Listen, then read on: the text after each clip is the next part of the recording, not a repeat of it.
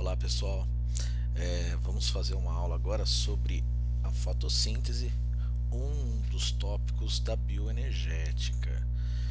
Para que a gente possa entender o que é o processo fotossintético, é o principal processo autotrófico, sendo realizado por seres clorofilados, como as plantas, alguns protozoários, no caso as algas, bactérias fotossintetizantes, as cianobactérias também. Na fotossíntese, com exceção das bactérias, nós vamos ter dois compostos, dois reagentes principais, que são gás carbônico ou dióxido de carbono e a água.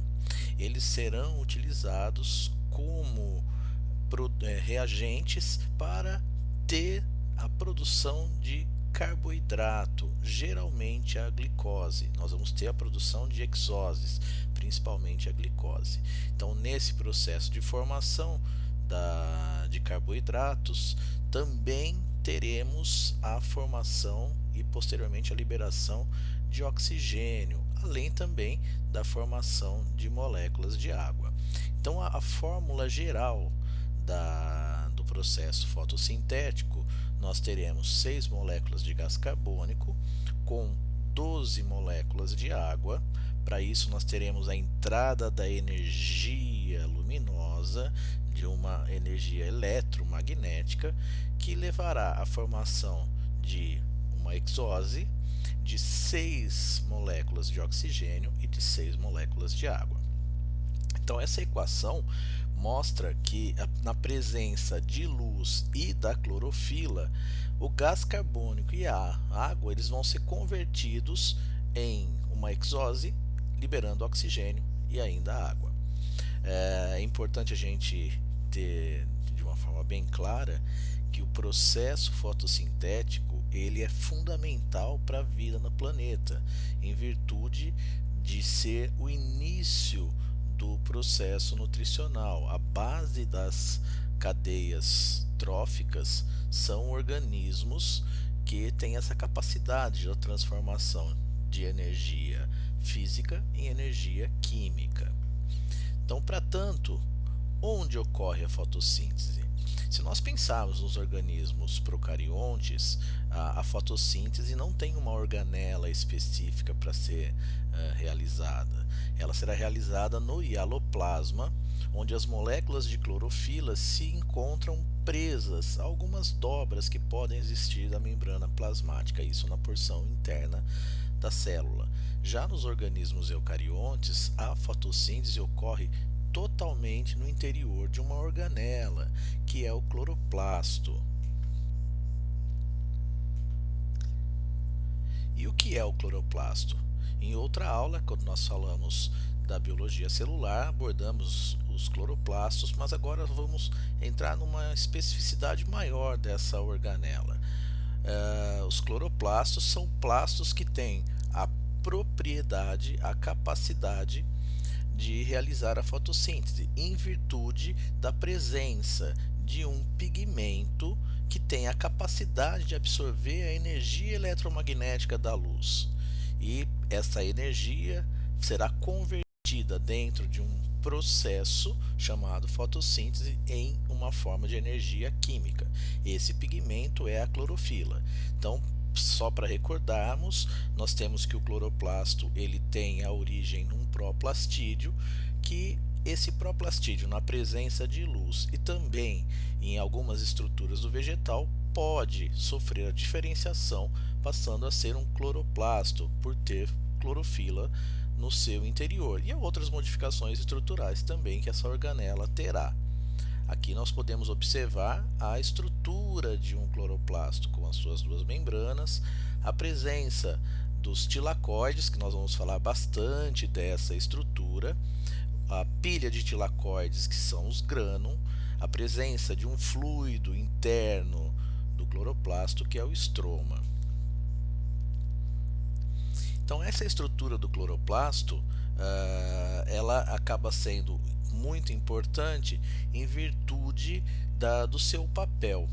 Essa quantidade de tilacoides que ele apresenta em grande número acaba tornando o processo fotossintético mais ágil, porque otimiza a capacidade que essa estrutura tem de conseguir transformar essa energia eletromagnética em energia química. Então, potencializa esse processo de captura da energia.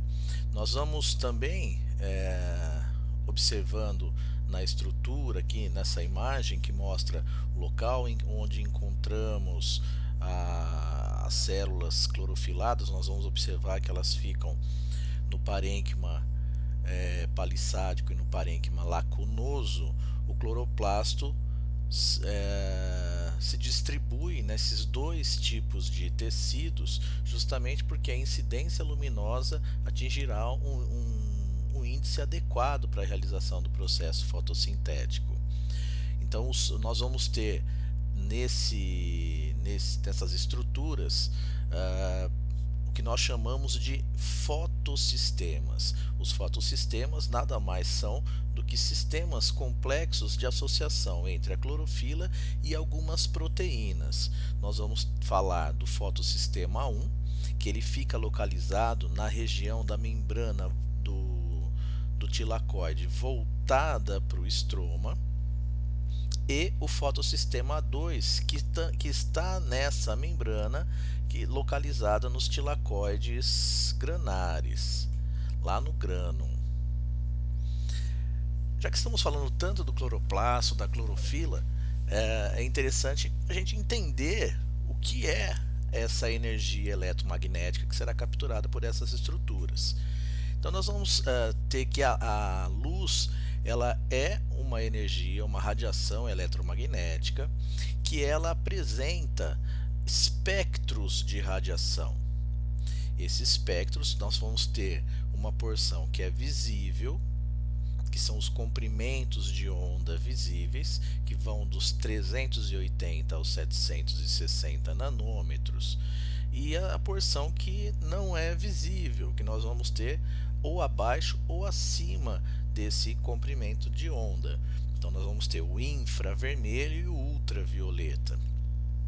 Na luz visível são as cores que nós observamos, e essas cores elas estão indo do vermelho, em torno de 700 nanômetros, até o violeta, abaixo de 400 nanômetros. Então esse é o espectro visível da luz. Nós observamos a decomposição, ou observamos todo esse espectro visível quando há decomposição da luz branca, quando observamos, por exemplo, um arco-íris.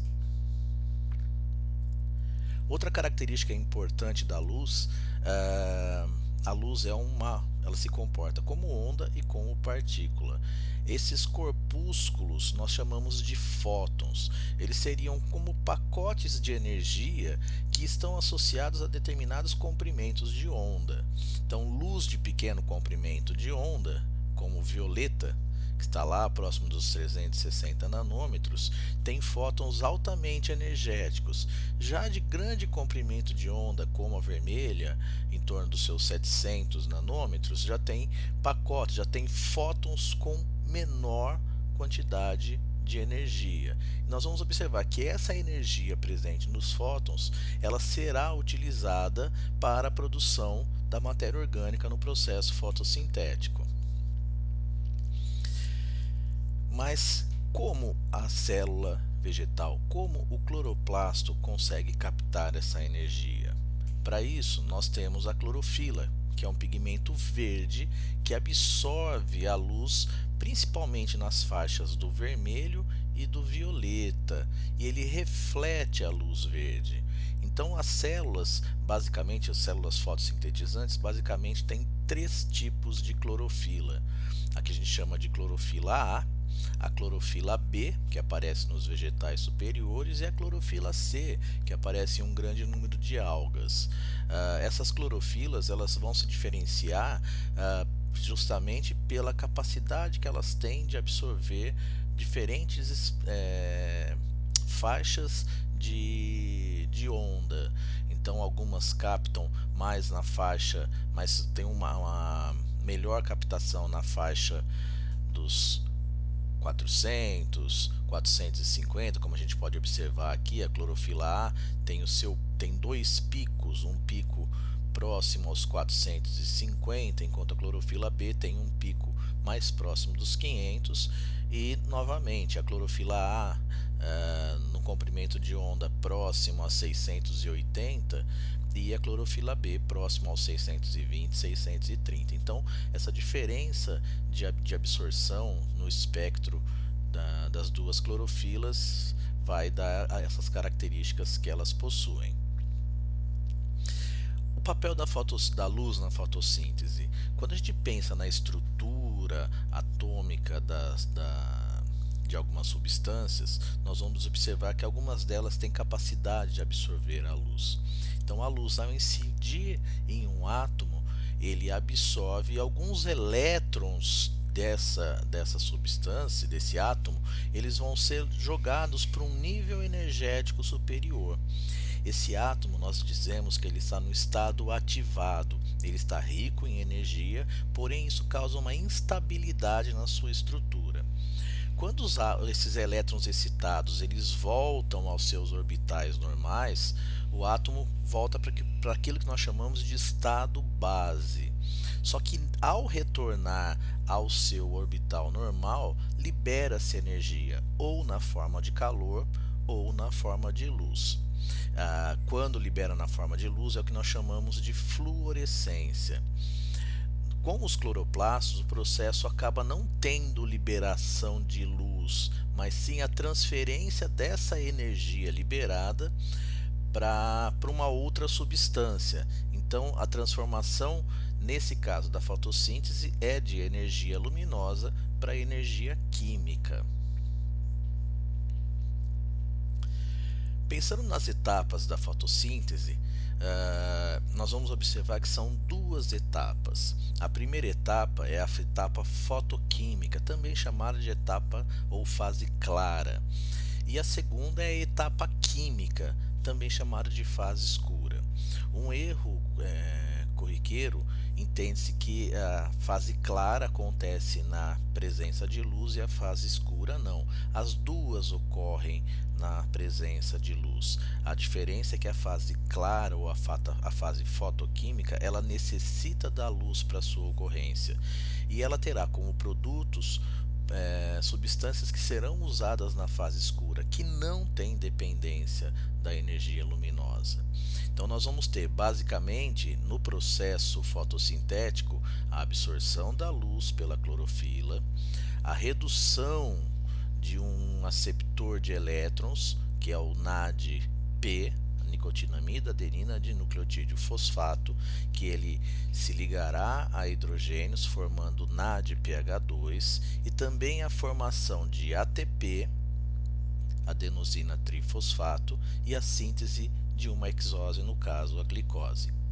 Na fase escura da fotossíntese, como falei, ela não precisa ocorrer necessariamente no escuro. É justamente esse nome pela sua independência da luz no processo. Nós vamos ver um vídeo agora, é um vídeo um pouquinho longo, mas que ele traz muita informação a respeito desse processo. E depois nós vamos especificar a fase fotoquímica e a fase química.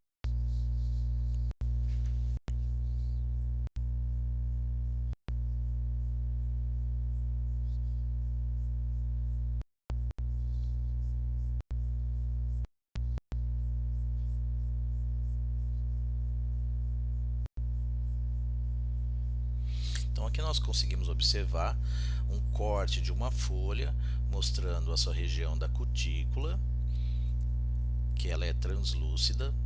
Abaixo da cutícula nós vamos observar as células da epiderme, que também é translúcida e ela não apresenta cloroplastos, portanto ela não colabora com o processo fotossintético. Isso também nós vamos observar na epiderme inferior. Nós temos os tecidos que ficam próximos aos vasos condutores, que vão trazer água e os sais minerais e também levar os processos, as substâncias produzidas na fotossíntese. Aí nós estamos observando uma célula do parênquima palissádico e a estrutura de um cloroplasto na sua célula.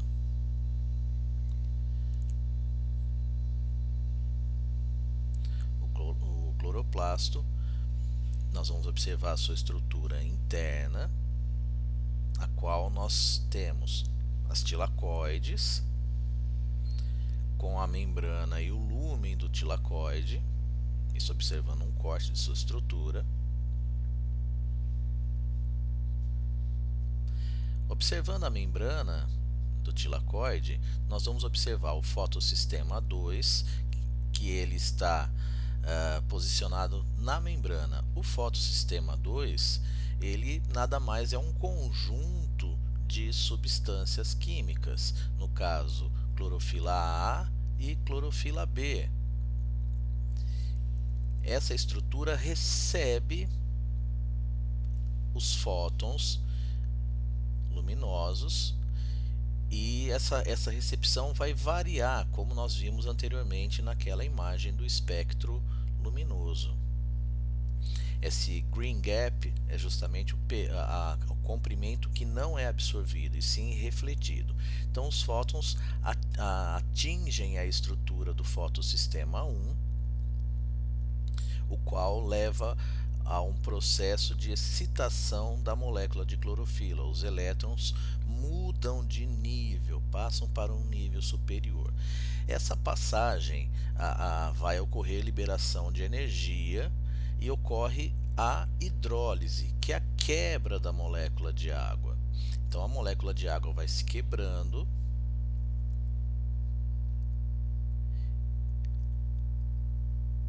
e do fotossistema 2, reparem, os fótons chegando, como quebra-se a água, o hidrogênio ele vai ser liberado, formando prótons. Os elétrons eles vão passando por através de um conjunto de citocromos até atingir o fotossistema 1. Os prótons que continuam sendo liberados, eles vão atingir uma outra estrutura, uma estrutura relacionada à formação do ATP, que é a ATP sintase. Repare que os prótons vão se aproximando, vão se ligando e ocorre a formação de ATP a partir do ADP mais o fosfato inorgânico. Então, o processo ele passa do fotossistema 1, os elétrons vão para o fotossistema 2,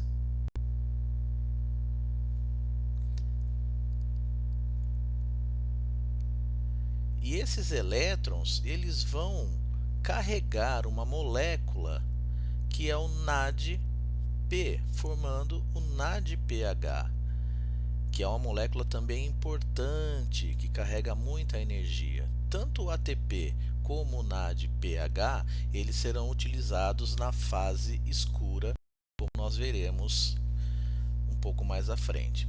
Já a fase clara e a fase fotoquímica, ou fase fotoquímica, foi esse primeiro momento que nós observamos nesse vídeo.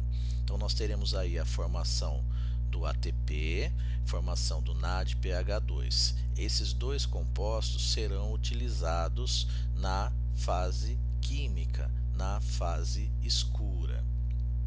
Nós vamos ter duas possibilidades que ocorrem nessa fase fotoquímica, que nós chamamos de fosforilação cíclica. Nós vamos ter o predomínio do fotossistema 1, porque ela é chamada de cíclica. Quando o fotossistema 1 ele é excitado pela energia luminosa, o elétron ele muda de nível e ficará na clorofila um vazio de elétrons. Esses elétrons que serão liberados, eles vão deixar um espaço vazio na clorofila. Que esse elétron ele vai ser recolhido por uma cadeia de citocromos. Citocromos são pigmentos que conseguem reter esse elétron altamente energético.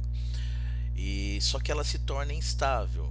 Então ela vai perdendo esse elétron para outras moléculas.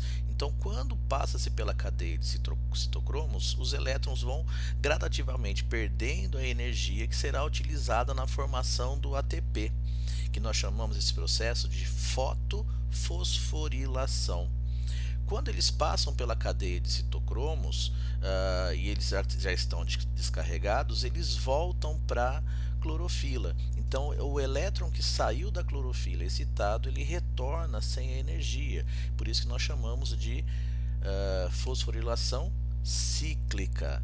Repare nessa imagem, o elétron que foi excitado pela luz na clorofila, ele mudou de estágio e ele vai perdendo a sua energia através dessa cadeia chamada cadeia redox, que são os citocromos. Essa energia ela foi utilizada para formar o ATP. O elétron descarregado volta para a clorofila. Por isso que o processo é cíclico. Vantagens da fosforilação cíclica. Essa energia utilizada para a formação do ATP, o processo acaba sendo mais rápido. Nós vamos poder formar muitas moléculas de ATP e isso acaba sendo interessante porque simultaneamente moléculas de água, ao serem atingidas pela luz, são quebradas, que nós chamamos de fotólise da água. Vão liberar o hidrogênio e o elétron e moléculas de oxigênio. Os prótons vão ser captados pelo NADP, que vão formar o NADPH2, e as moléculas de oxigênio vão ser liberadas para o meio, e os elétrons voltam para a clorofila para repor aquele espaço que ela havia deixado. Então é um processo mais rápido.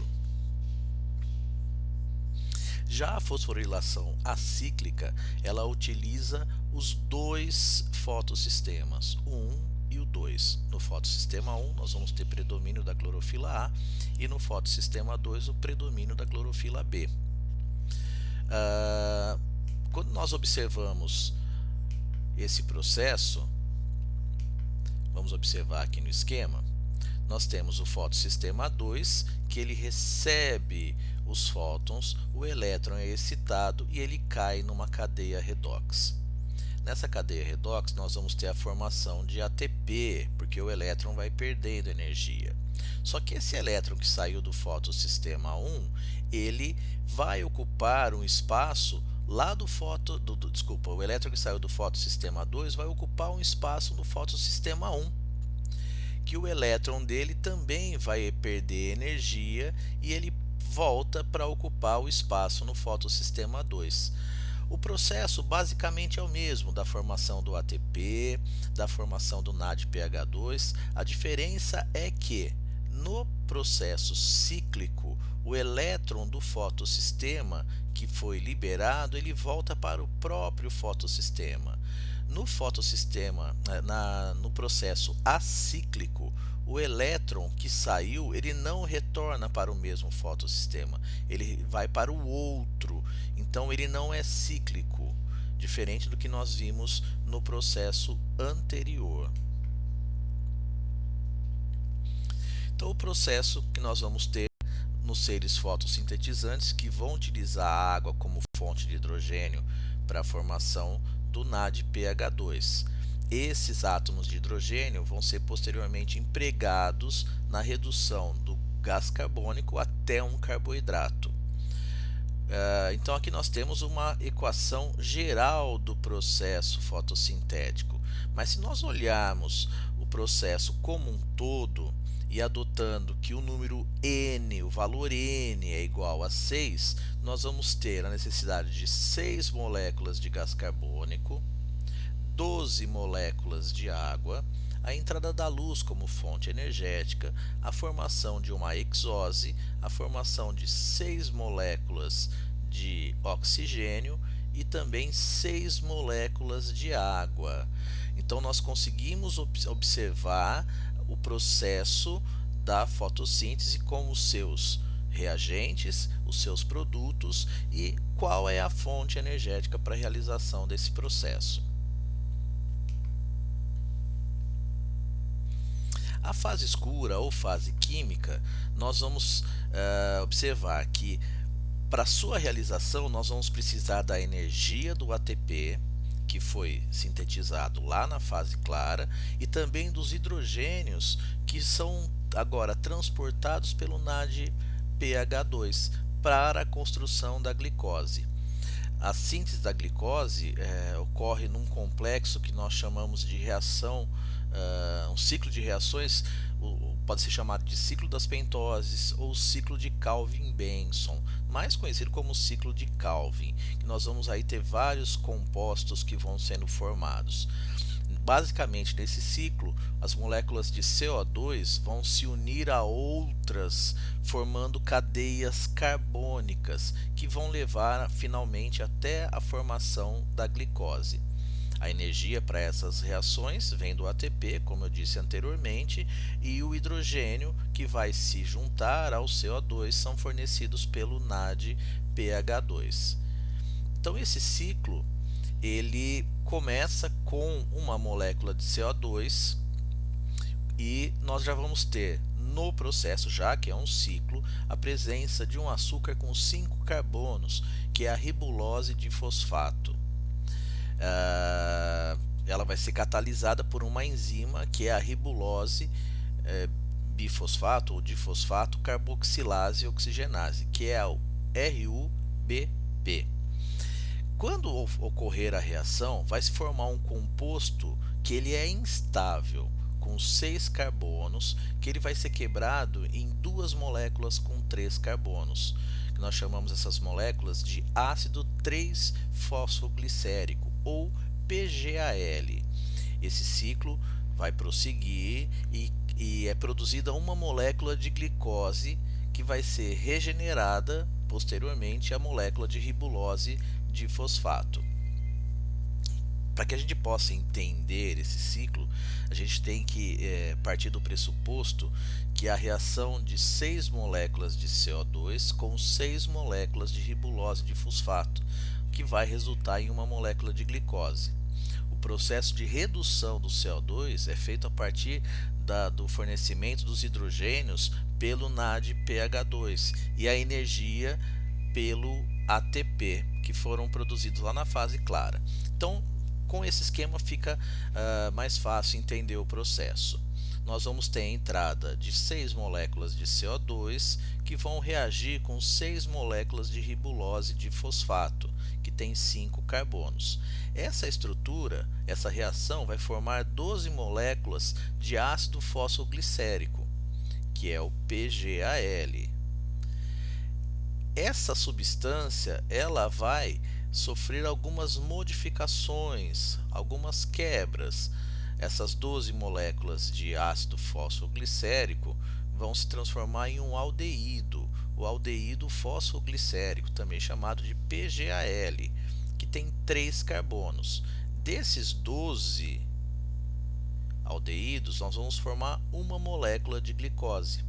Então eu perco 2 dessas com 3 carbonos, vou formar uma molécula de glicose com 6 carbonos. Se eu perdi 2 moléculas, eu fico com 10 moléculas de PGAL. Essas 10 moléculas vão sofrer reações em que se utiliza ATP para formar a ribulose de fosfato e assim recomeçar o ciclo. Então nós vamos ter para o processo fotossintético a utilização de 12 moléculas de ATP para transformar o ácido fosfoglicérico em aldeído fosfoglicérico e mais 6 moléculas de ATP para transformar a ribulose monofosfato em ribulose de fosfato. Então são 18 moléculas de ATP. E vamos observar também a necessidade de 12 moléculas de NADPH. Nesse momento será colocado o hidrogênio na reação. Esse é o ciclo de Calvin. Repare a importância da presença do ATP e também a importância do NADPH2. Fatores que vão influenciar a fotossíntese. Nós temos aí uma série de fatores. A intensidade com que a célula realizar a fotossíntese está intimamente atrelada a fatores que eles podem ser intrínsecos ou extrínsecos, intrínsecos do próprio organismo e extrínsecos que são fatores externos. Nós chamamos isso de fatores limitantes. Entre os fatores intrínsecos, nós vamos ter qual é a disponibilidade dos pigmentos fotossintetizantes para o vegetal, que isso vai influenciar diretamente na sua capacidade de captação da luz, na capacidade de produzir a matéria orgânica, e também a disponibilidade de enzimas e dos cofatores que participam, tanto da fase clara como da fase escura. Isso também, de uma certa maneira, acaba influenciando e limitando o processo fotossintético. Como fatores limitantes extrínsecos, nós vamos ter a concentração de gás carbônico no ambiente, a temperatura, o comprimento de onda e a intensidade luminosa. A concentração do CO2 é um fator limitante, que a gente consegue observar isso claramente nesse gráfico. Nós temos no eixo Y a taxa fotossintética e no eixo X a porcentagem de CO2. Se eu parto do zero e vou aumentando a concentração de CO2, a curva da taxa fotossintética ela vai aumentando até um ponto que ela atinge um patamar. A partir desse ponto, independente do aumento da concentração de CO2, nós não teremos aumento do processo fotossintético. Então, repare, existe uma importância na concentração do gás carbônico para o processo fotossintético. Ele é um fator limitante desse processo. A temperatura também. Como todo processo envolve enzimas, e nós sabemos que enzimas são proteínas, cada enzima tem a sua temperatura ótima de atividade. Então, como observamos nesse gráfico, a taxa fotossintética ela vai aumentando até atingir um pico, que é a temperatura ótima de ação dessa enzima. A partir dessa temperatura, se eu começar a aumentar, o processo fotossintético tem uma redução. O comprimento de onda também é um fator limitante. Se nós observarmos o espectro de ação da fotossíntese, nós temos alguns pontos que a fotossíntese ela praticamente aliás, ela acontece numa taxa muito pequena.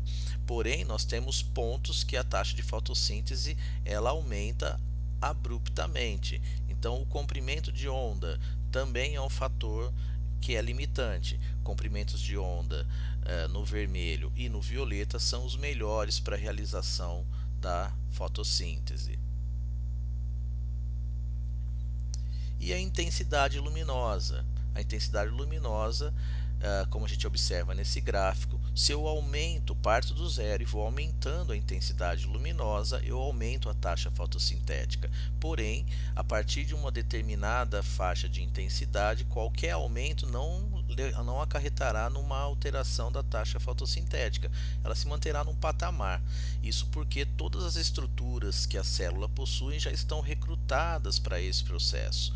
Assim, não haverá mudança na taxa fotossintética. Um outro ponto importante sobre a fotossíntese é entendermos o que nós chamamos de ponto de compensação luminoso ou ponto de compensação fótico. Isso é uma comparação entre a fotossíntese e a respiração. Então, nós vamos ter a intensidade dos processos no eixo Y e a intensidade luminosa no eixo X.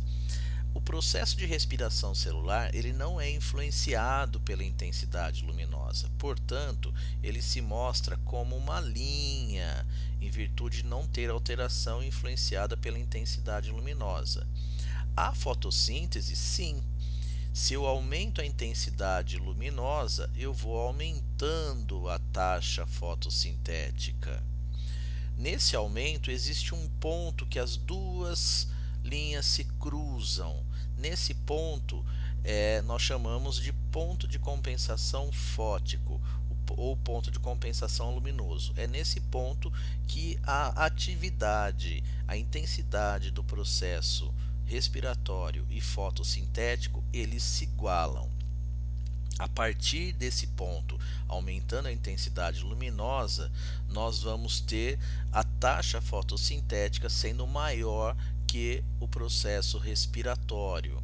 E nós temos esse outro ponto, que é o ponto de saturação.